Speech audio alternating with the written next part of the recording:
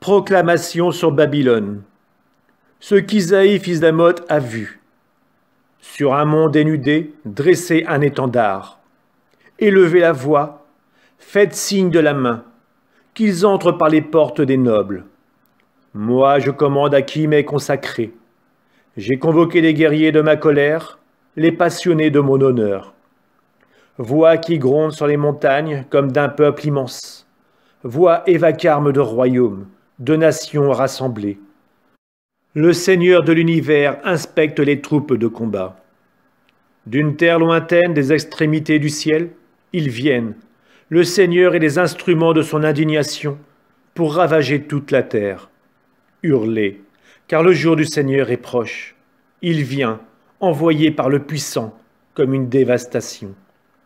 C'est pourquoi toute main défaille, le cœur manque à tout mortel.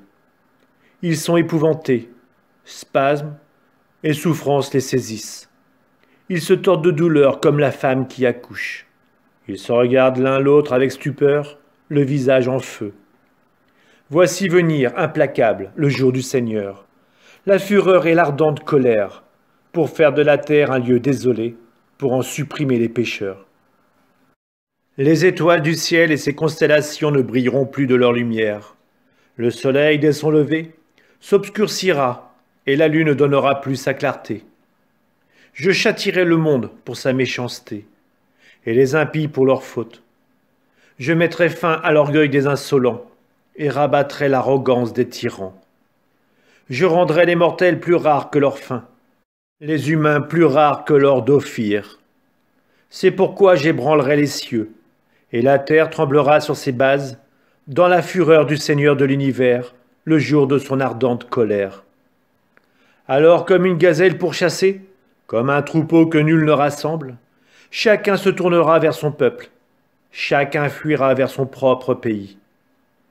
Tous ceux qu'on trouvera seront transpercés, tous ceux qu'on prendra tomberont par l'épée. Leurs petits-enfants seront écrasés sous leurs yeux, leurs maisons pillées, leurs femmes violées.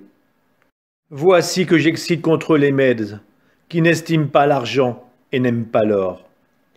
Mais leurs arcs abattent les jeunes gens, ils n'ont pas de compassion pour les nouveau-nés, aucun regard de pitié pour les enfants. Alors Babylone, la perte des royaumes, l'orgueilleuse parure des Chaldéens, subira le bouleversement infligé par Dieu à Sodome et à Gomorrhe. Elle sera inhabitée à jamais. Nul d'âge en âge n'y demeurera. L'Arabe n'y dressera plus sa tente, les bergers n'y feront plus reposer leurs troupeaux. Mais les chats sauvages y auront leur gîte, les hiboux rempliront les maisons, les autruches auront là leur demeure, et les boucs y danseront.